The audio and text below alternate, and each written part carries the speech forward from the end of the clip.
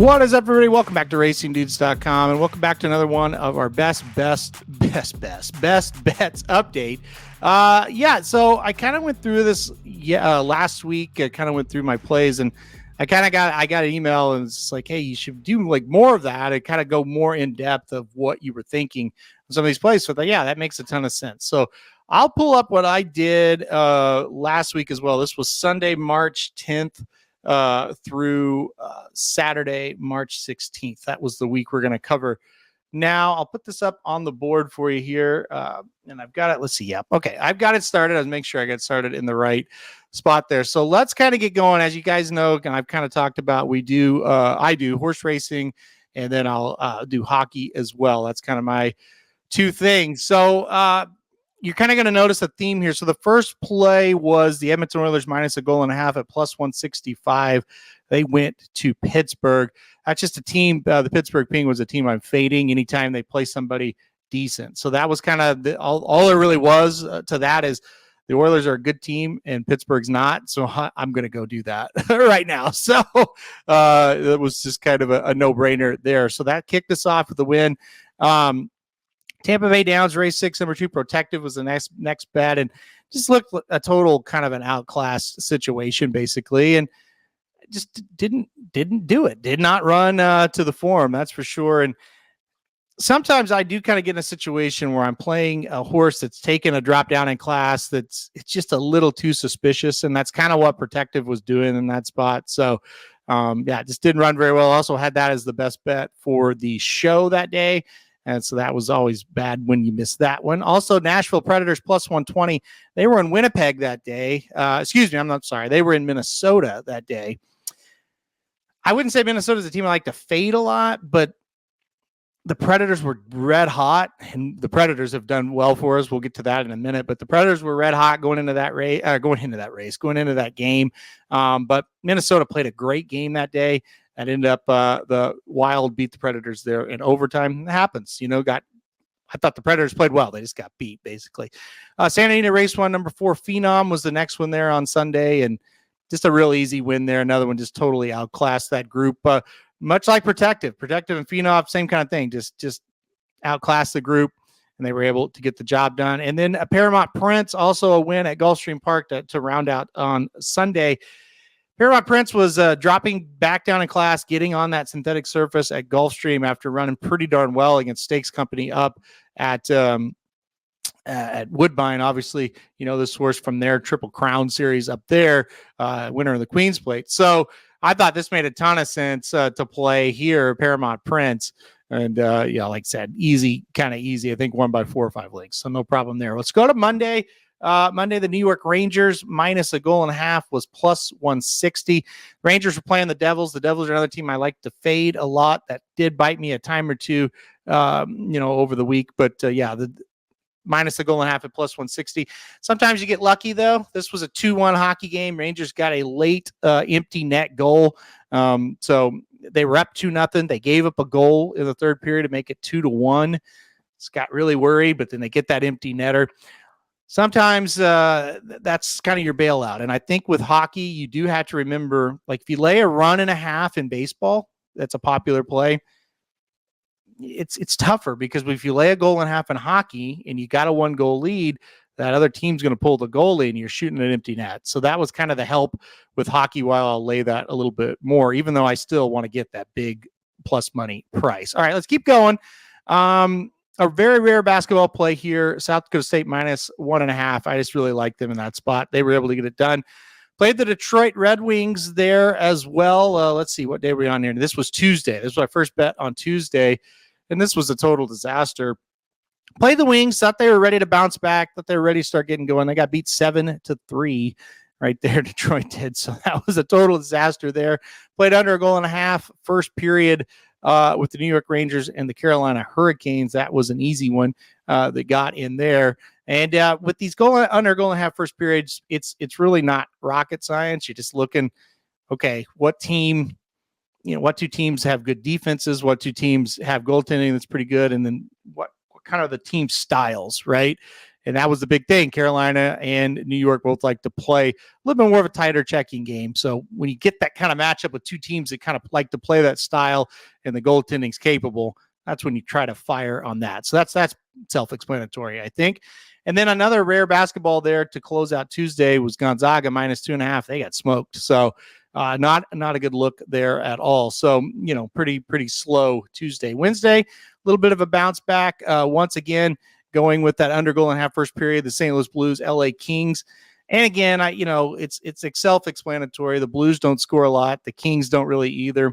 There's not a lot of dynamic players as far as goal scorers on either one of those teams. So to me, it was just like, yeah, I'll take that one. That seems to make a lot of sense. And it was a pretty easy cash.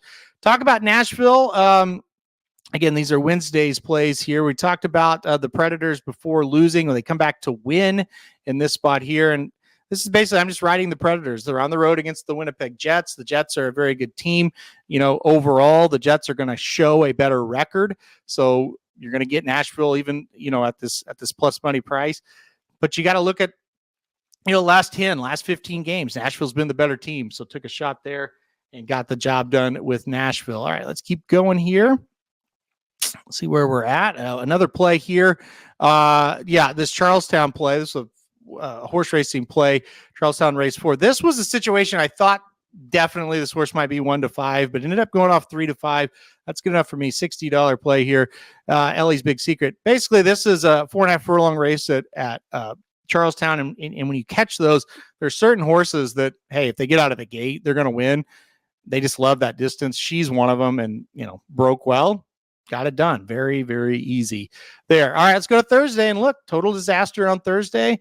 When this happens, you just gotta forget about it and move on. I played Cardio Princess in the 6th race at Gulfstream. I thought that the source, it's never a lock. I'm not gonna say it's a lock, but I thought the source looked really good in this race.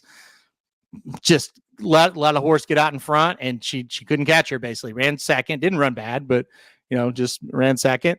Florida Panthers, one of the hottest teams in the league. I thought they're in Carolina, going to be a tough game, but at plus 105, you have to play them.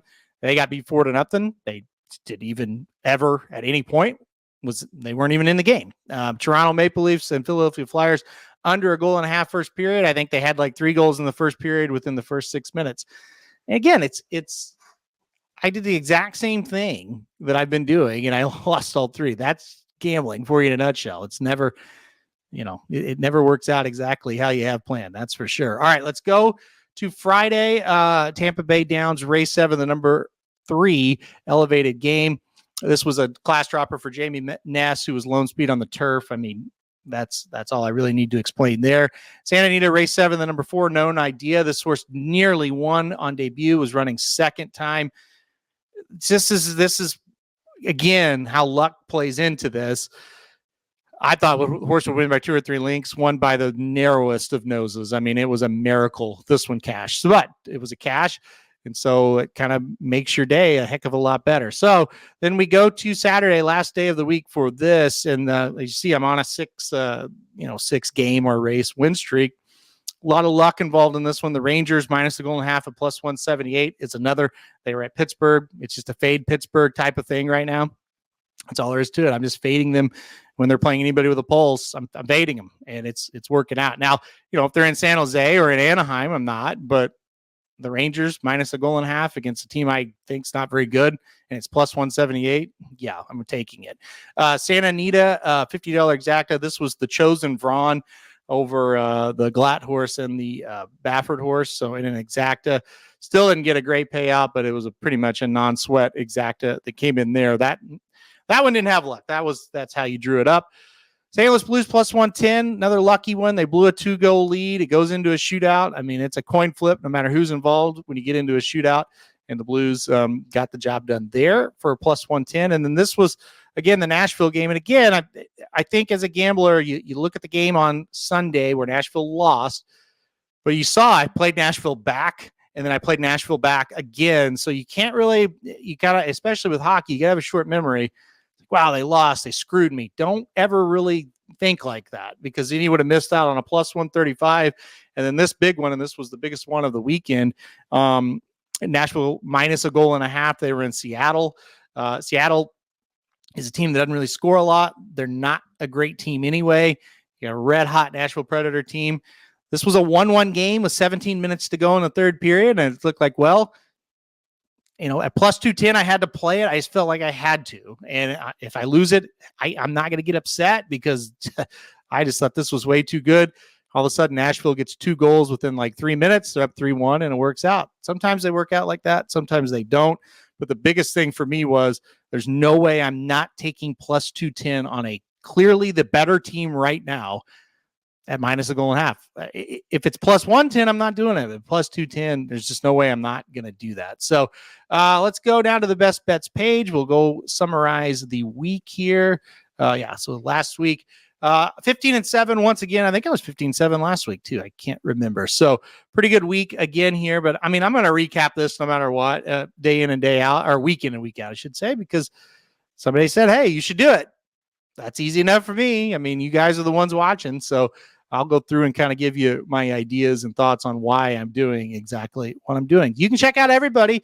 You go to the racingdudes.com website. We'll just go to the homepage here and you click on best bets. You can see Papa Dude's still out in the lead there, $19,000 since June. He has been able to come up with here. You can see all of us, all of our results here. That's, you can search or you can see all time. If you want to see the records there, you can search all the different sports and you can search the time periods as well. So there's a lot of information we give you. We try to be absolutely 1,000% transparent. Like this is as transparent as we can get. So, you can go see exactly everything we're doing. So, all right, guys, that will do it for this best bets video. Thanks everybody for watching this one. Make sure to join us next week as I will, like I said, this kind of be my new thing and I kind of like it. Just go through here and tell you, here's what I did, win or lose. This is what I did and what I was thinking. And, you can take from it what you would want to take for it. By the way, you're seeing Sunday's plays here. So our Harper Rose, which probably is going to have to turn into exacta. We'll see what happens with their odds. Detroit Red Wings, they beat me. They embarrassed me when they played Buffalo. I can't remember what day that was. You saw it just happen. But they're in Pittsburgh today. Maybe they'll embarrass me again, but I got to fade Pittsburgh when it's plus money. So Detroit Red Wings plus 115. Please don't lose 7-3 today. Yeah. So when this is posted, you'll know that result. You'll get a good laugh out of that one way or another. All right, guys. Thanks everybody for joining me again this week. Come back next week. As like I said, I'm going to keep doing this for the next few weeks.